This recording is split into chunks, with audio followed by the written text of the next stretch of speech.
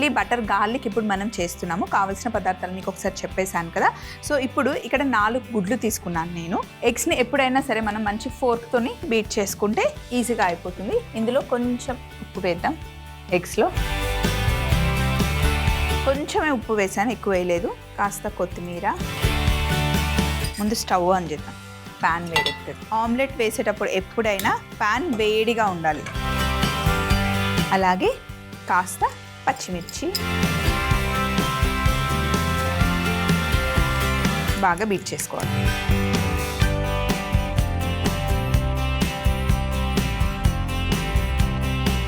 ఇలా బాగా బీట్ చేసాం కదా. ప్యాన్ అయితే సూపర్ హాట్ ఉండాలి. అప్పుడే మనం ఫస్ట్ ఆమ్లెట్ వేసుకోవాలి. తర్వాత పీసెస్గా కట్ చేసుకోవాలి. ప్యాన్ ఇంకా వేడవ్వలేదు. ఒక 2 minutes. ప్యాన్ వేడెక్కింది. ఇప్పుడు ఇందులో మనం బటర్ వేసుకోవాలి. కొంచెం ఎక్కువ బటరే వేసాను. ఇప్పుడు ఇందులో మనం బీట్ చేసుకున్న ఎగ్ని వేసుకుందాం.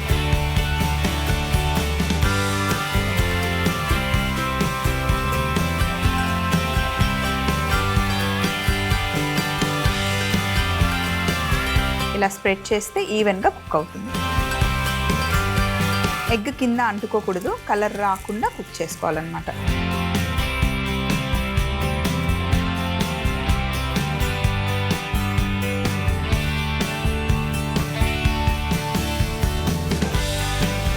సో ఇప్పుడు మెల్లిగా ఇలా తిప్పుకోవడం. దీనికి పర్ఫెక్ట్గా రౌండ్ షేప్ రావాలని ఏం లేదు. దీన్ని ఎలాగో ఇప్పుడు మనం పీసెస్ లాగా కట్ చేసుకోవాలి. మనం గోవా సైడ్ వెళ్తే బటర్ గార్లిక్ సాస్లో మనకి చాలా ఆప్షన్స్ ఉంటాయి. ఎగ్ వేస్తారు, మష్రూమ్ వేస్తారు, పన్నీర్ వేస్తారు, టోఫు వేస్తారు. చాలా ఆప్షన్స్ ఉంటాయి అన్నమాట, వెజ్లో ఇంకా నాన్ వెజ్లో. ఇప్పుడు వీటిని మనం కట్ చేద్దాం.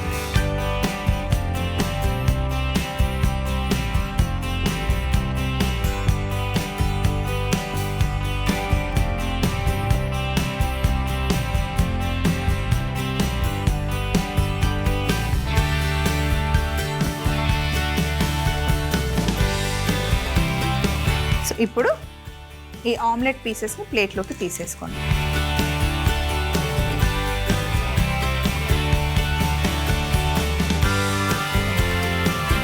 ఎక్కువ కలర్ రాకుండా ఇలా మైల్డ్గా కుక్ చేసుకోవాలన్నమాట. ఇప్పుడు ఇదే ప్యాన్లో బ్రెడ్ని మనం టోస్ట్ చేసుకుందాం. 2 వైపులా కొంచెం మంచి కలర్ వచ్చే వరకు టోస్ట్ చేసుకోవాలి. బటర్ అవసరం లేదు, ఆల్రెడీ ప్యాన్ వేడిగా ఉంది కదా, జస్ట్ టోస్ట్ చేసుకోవడమే.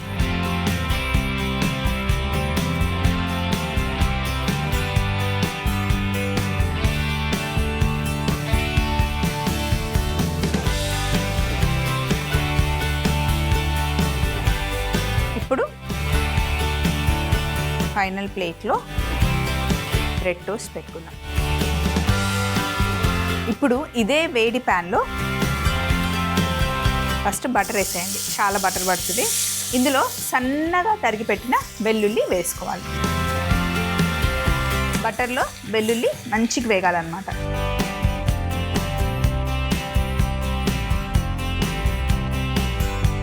అలాగే రెడ్ చిల్లీ ఫ్లేక్స్, మిరియాల పొడి, అలాగే కాస్త గరం మసాలా వేసుకోవాలి. ఇప్పుడు మనం గార్లిక్ బటర్ సాస్ తయారు చేస్తున్నాం అన్నమాట. స్టవ్ ఆఫ్ చేసేయండి. ఈ వేడికే గార్లిక్ బాగా కుక్ అయిపోతుంది. గార్లిక్ బటర్ సాస్ రెడీ అవుతుంది. ఇందులో మనం కొంచెం కొత్తిమీర వేసుకోవాలి. ఇందులో వెల్లుల్లి వేసాం, రెడ్ చిల్లీ ఫ్లేక్స్ వేసాం, మిరియాల పొడి వేసాం. ఇప్పుడు కొత్తిమీర వేసాను. ఆల్రెడీ స్టవ్ ఆఫ్ చేసేసాను నేను. ఈ వేడికే వేగిపోతుంది కొత్తిమీర. ఆహా, ఈ సాస్ అసలు అదిరిపోతుందండి. దీంతో మనకి పొటాటో కాంబినేషన్ బాగుంటుంది, బాయిల్డ్ పొటాటోస్.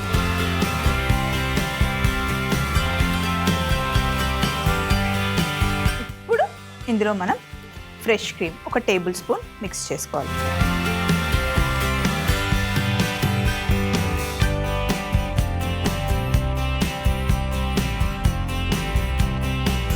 కొంచెం ఉప్పు, ఆల్రెడీ బటర్లో సాల్ట్ ఉంటుంది.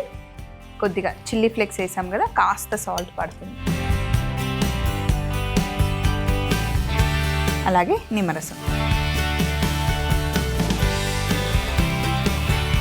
అంతే, చిల్లీ బటర్ సాస్ రెడీ అయిపోయింది. చూడండి ఎంత బాగుందో. ఇప్పుడు ఇందులో మిగిలిన క్రీమ్ కూడా వేసేసుకుందాం.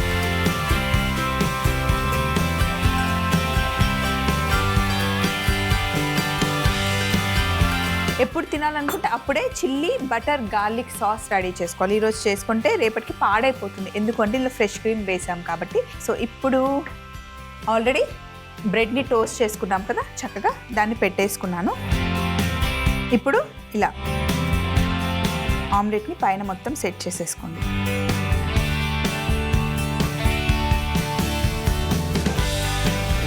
ఇలా పెట్టుకున్న తర్వాత ఇప్పుడు చిల్లీ బటర్ గార్లిక్ సాస్ తీసుకొని పైనుండి వేసుకోవాలన్నమాట.